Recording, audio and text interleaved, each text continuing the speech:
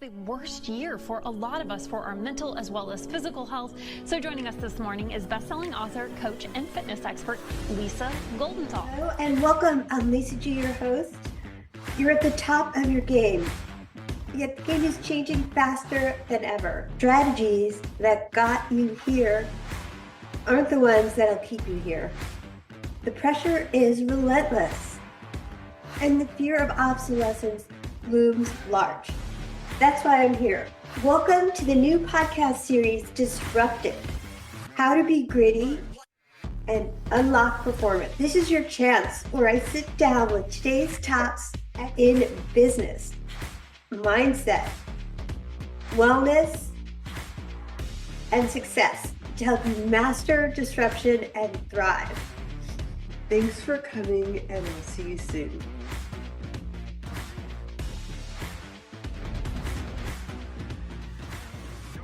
Welcome to the podcast. I'm so excited today. We have Menzione. Why don't you tell my audience a little bit about you and all your journey with all the successful exits you've had? Sure, Lisa. Great to be here today. So excited to be and spend more time with you. Getting to know you better and getting more time with you today is delightful. So Vince Menzione, I've described my career as 4 successful business transformations that led to the CEO status of Ultimate Partner. I started out in the early days of wireless computing in the tech industry before Wi-Fi. I helped a company as a salesman and then sales leader grow that organization from 6 million to 125 million. We went public on the Toronto Exchange. I was selling enterprise technology to large corporations, Fortune 100 corporations. Followed one of the leaders from that organization to go do a turnaround with Goldenthal Capital. That company was a spin out of a Chapter 11. And in that organization, they owned market share in one of the markets, but they had no market share in the public sector, the government markets, public safety and the like. And they were the second largest manufacturer of rugged notebook computers. Panasonic was the largest.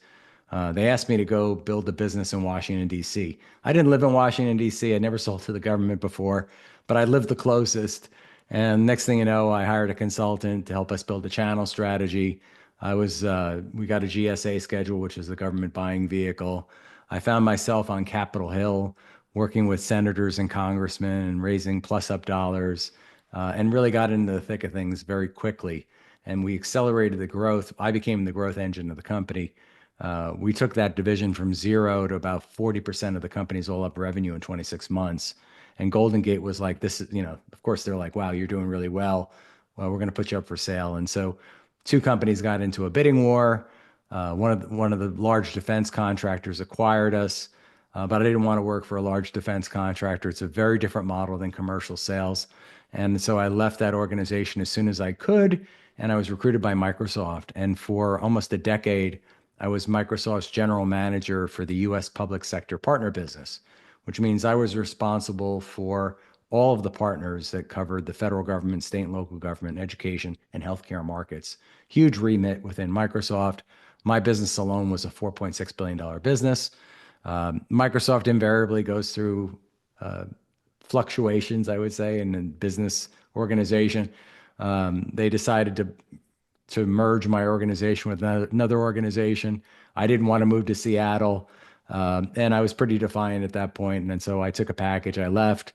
I thought I was on the path to go work for one of the other big tech giants at the time. And then I started a podcast 8 years ago. In fact, the 27th of February was our 8th anniversary tomorrow. Wow. Of the podcast, Ultimate Guide to Partnering. And this is before podcasts were really a thing and people weren't even using LinkedIn and some of the other technologies we use today. But what I found when I was asked to speak at this Microsoft conference was that a lot of people were following the podcast. And after I spoke at the event, several people came up to me and said, can you help us? Can you help us get more successful working with the tech giant? And so I had an offer on the table. I was supposed to fly to Boston the following week to go start a new venture. And I decided to go do this. And so this was helping organizations achieve their greatest results, working with Microsoft, working with Google Cloud, working with Amazon and the like. And so we've been on a journey for 8 years. I went back inside for 2 years because I didn't really recognize where success was at that point. But when Yeah. I came out during COVID, I was convicted more than ever that organizations struggled here, and we brought back the podcast full bore. Now we record in a full production studio in Boca Raton, Florida. We started doing events, and we are convicted. Our mission is to help every leader, organization, and partner to achieve their greatest results, working with the tech giants. So that's how we see our universe. Well, thanks for being here. I've been following your journey on LinkedIn, and it's so easy to talk to you. It's like you're like the grandfather of podcasting because everybody has podcasts now, and you've been at this for so long. So I'd like to just jump into the ultimate guide to partnering. And what Sure. does that look like for you, helping others have a voice the way you have a voice? Yeah, I'm happy to do that, Lisa. And I'm glad you say have a voice because podcast is matured over time. At first, it started out with when I left Microsoft. I walked the hallways. I asked a bunch of figuratively walked the hallways, interviewing a bunch of leaders. I Yeah. knew how I knew the how and I knew what it took to be successful. And there are about a 500,000 tech organizations that are partners of Microsoft, and many of them struggle. Like 99.99% of them struggle. They don't understand how to effectively work with the tech giant. So we started the podcast. It was really me recording in a spare bedroom at the time, doing my own editing, and that kind of blossomed over. And like I said, it really took off after COVID with getting a lot of incredible leaders on. And after COVID, I was even more convicted that we weren't lifting all voices. And so I made sure that we were representing all women leaders, people of color, and diverse voices because I felt that that was super critical to this success. And you don't see the representation that we necessarily need to see in the tech sector around all aspects, right? All different groups. And so Yes. yeah, and so I'm really convicted in that. And so we've had some amazing conversations with these leaders. That led to people wanting to get back. Once COVID was sort of done, people wanted to get back together in a room. And we had hosted a digital conference, and everybody's like, we want to be back in person. Bring us back in person. And so that's where we started, where Ultimate Partners started to get into the event side of things. And where I've been really fortunate is because some of all these great relationships over all these years, getting some really top name executives, real leaders, industry leaders, experts, um, award-winning partners, partners that have gotten to the top pinnacle of success working with the tech giants to come into the room to speak to these audiences. And I would say that I think one of the things we do better differently is, first of all, it's very much an executive level conversation. Executives come to our events. That was evident last week in Boca.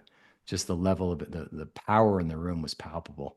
And then the other thing is that we've done a really good job of constructing, because we do a podcast. We're very effective. People throw events and it feels like a television commercial. It feels like everybody's pitching something.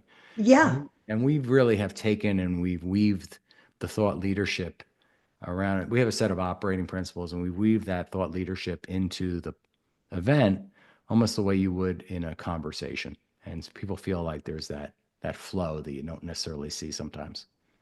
I love that you said conversation because what you can find so many times is people that get it wrong. Actually, how do you build the kind of relationships that you've successfully built over the years, and even more importantly, so maintain them?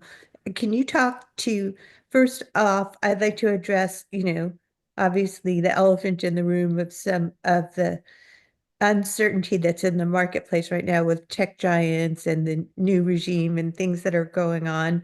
And if you want to weigh in on that, I'm not going down the Absolutely. rabbit hole of politics, but how do you, first off, let's just go there about how do you build relationships without trying to be a pitch fest? And I know Yeah. we met on LinkedIn, and oftentimes, I don't know how many of these pitch fests you get in one day of people just, oh, hi, I can get you this, I can get you that. So, how have you successfully done it the right way, and what are the wrong ways to go about partnering?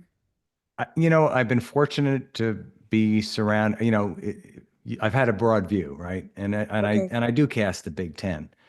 But one thing I'm certain of, I can very easily tell who's very good at doing something and who is maybe just not as good, right? Or maybe has a different agenda. Yeah. And when we build our events, and I've surrounded myself by the ones that are very good and not the ones that have another agenda, right? The former, not the latter. But we know who some of the top leaders are, and I'm fortunate enough to have some of them as advisors, informal advisors, and some formal advisors to Ultimate Partner.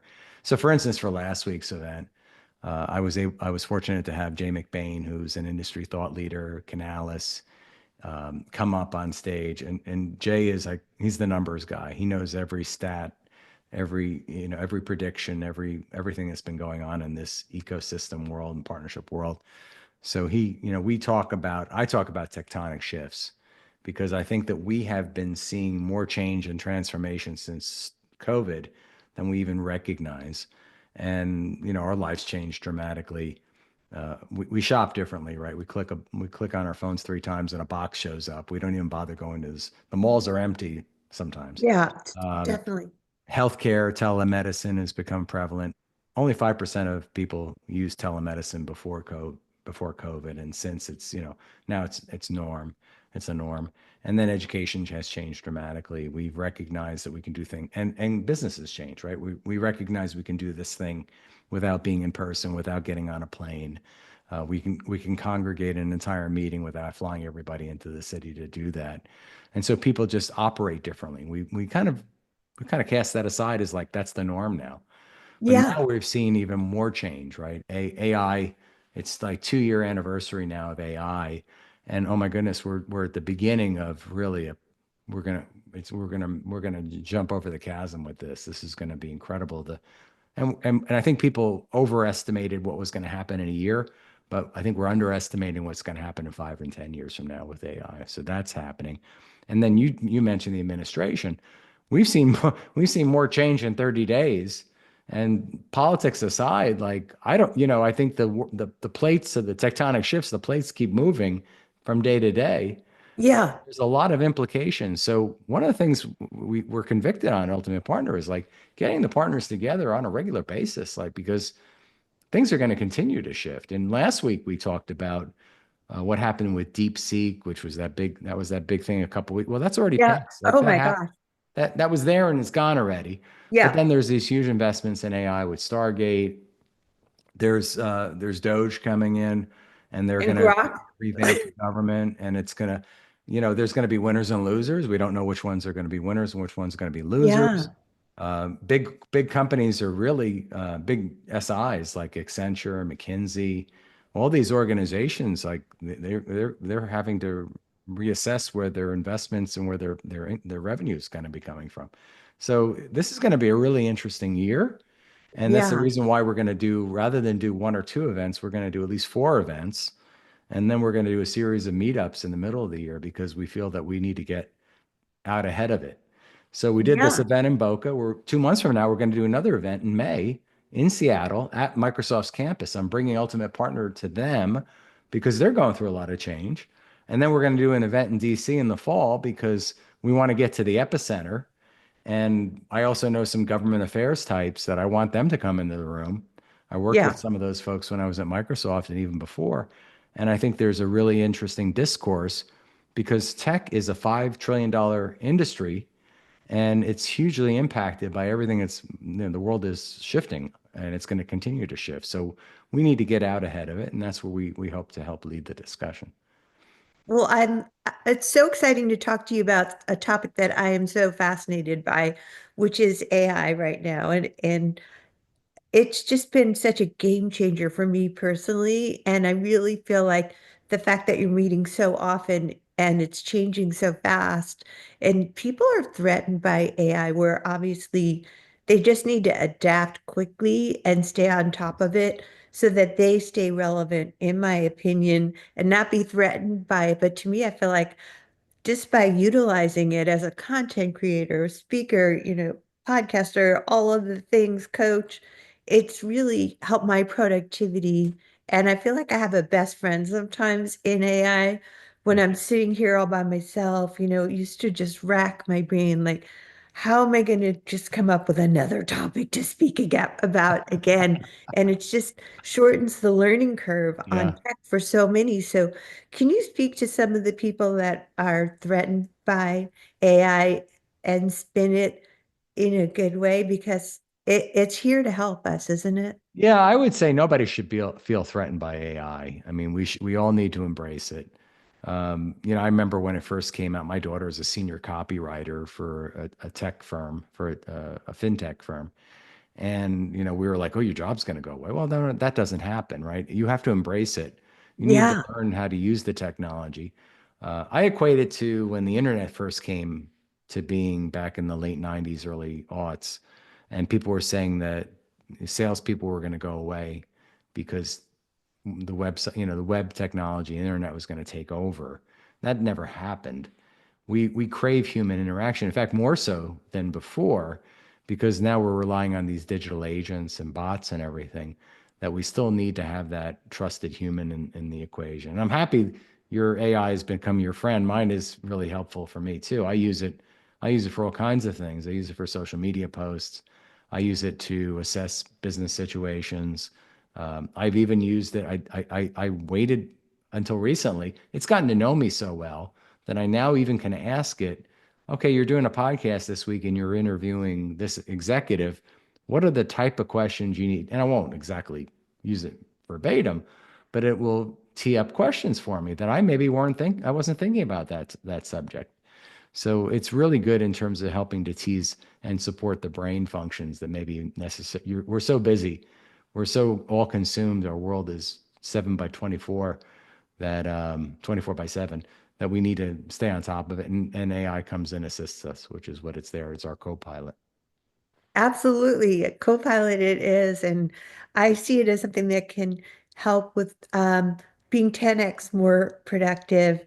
And I have found that the more polite I am to AI and we're having conversations, the better feedback I get from AI. It's almost like a human. And I love also too the fact that you bring up that we need the human interaction. So AI is not going to replace you, but No. if you're not using it, in 5 years, the world can be completely different. So that would be a mistake, wouldn't it? It was palpable to me last week, getting a small group of executives in a room all day long. And in Yeah. fact, they very much crave the breakout time. We were in a studio and we were live streaming, and we had a little bit of a glitch, and the power went out in the studio. And Yeah. when the lights were out and everybody was they were all mingling and they were having sidebar they called it midnight networking or Oh, cool. moonlight networking. This is the new Yeah. term we're going to use. And they just crave that interaction and that engagement. And then we had a beautiful dinner at the Boca Raton Resort here in Florida, lovely night. And everybody just had a wonderful time. People want to engage. They want to, and then more business gets done that way because you're having conversations you wouldn't normally have in the course of a business meeting or a Zoom call. So things happen, and they happen in a very positive way when people get together in person. Okay, final question. I know that I could talk to you all day because you're such a wealth of information about partnering and how to network the right way. Do you have any final tips for our audience about how can we network the right way and build Yes. genuine relationships with I people? am a huge fan. I mean, I've been around long enough to have a few books on my bookshelf that were like game changers for me. And one of those books, early on in my career, when I was a fledgling salesperson, moving into VP of sales role at that first company, was Stephen Covey's 7 Habits of Highly Effective People. I think that book is a Bible for business people and Wow. humans of all kinds. And he talks about things like the emotional bank account. And to me, it's all about making deposits in other people's bank account. That comes from a place of gratitude, recognizing the value in others, building relationships, building trust. And what the biggest pity of LinkedIn today is people treat it like it's a transaction. Like You wouldn't go up to somebody if they're waiting in line at Starbucks and like stick your brochure in their face and say, buy my Right. stuff. But people do that on LinkedIn. And All day LinkedIn long, all day long. and LinkedIn is like being at a trade show. It's like being on the floor of the trade show. And you have to build relationships. You have to build trust. You have to have really genuine human engagement with people. And so my thought, by the way, if you haven't read Seven Habits, go read it because the seven principles are incredible. And then apply things like build relationships with people, build trusting relationships. People, you know, people don't care how much you know, they want to know how much you care. And so, and I think that's paraphrasing a Zig Ziglar quote, but it's true. I mean, people want to know that you genuinely care about them and their success before you start really kind of trying to sell them something. That is sage wisdom bombs coming from you, Vince Menzione. I love it. I know we connected on LinkedIn, and if people are actually wanting to do events with you, partner with you, Yeah. where can people find more of your good stuff? Well, Vince Menzione on LinkedIn. That's always a great place. I'm Vince Menzione on all social. With the beauty of a name like this is nobody else has it, or at least they don't have it on social. So it's on all Instagram, Facebook, and so on. We are theultimatepartner.com or ultimateguidetopartnering.com. So you could also go vincemenzione.com, but if you go to theultimatepartner.com, you'll find our website. We have a free newsletter. We provide a lot of great, valuable information there. We have a community, a paid community, as well as the community of our supporters that follow us on LinkedIn and other social channels. And then we also announce our events there. We just announced today this event, May 1st and 2nd, Redmond, Washington, at the Microsoft Conference Center. We're taking over the Microsoft Conference Center, which is going to be Wow. great. And there's a lot of tech executives in Seattle, as you might imagine, a lot of tech companies based there, plus a lot of people that have worked either for Amazon, Microsoft, or Google, and then work for some of the other tech companies. They all live in that area. So we think it's going to be a rich conversation. We're bringing the experts back in the room, bringing some of the leaders back in the room. And it's really about helping you achieve your greatest results moving forward this year. Because it's, like I said, it's going to continue to change and we need to stay on top of it. Vince Menzione, thank you for being a fabulous guest on the podcast. Thank you, Lisa.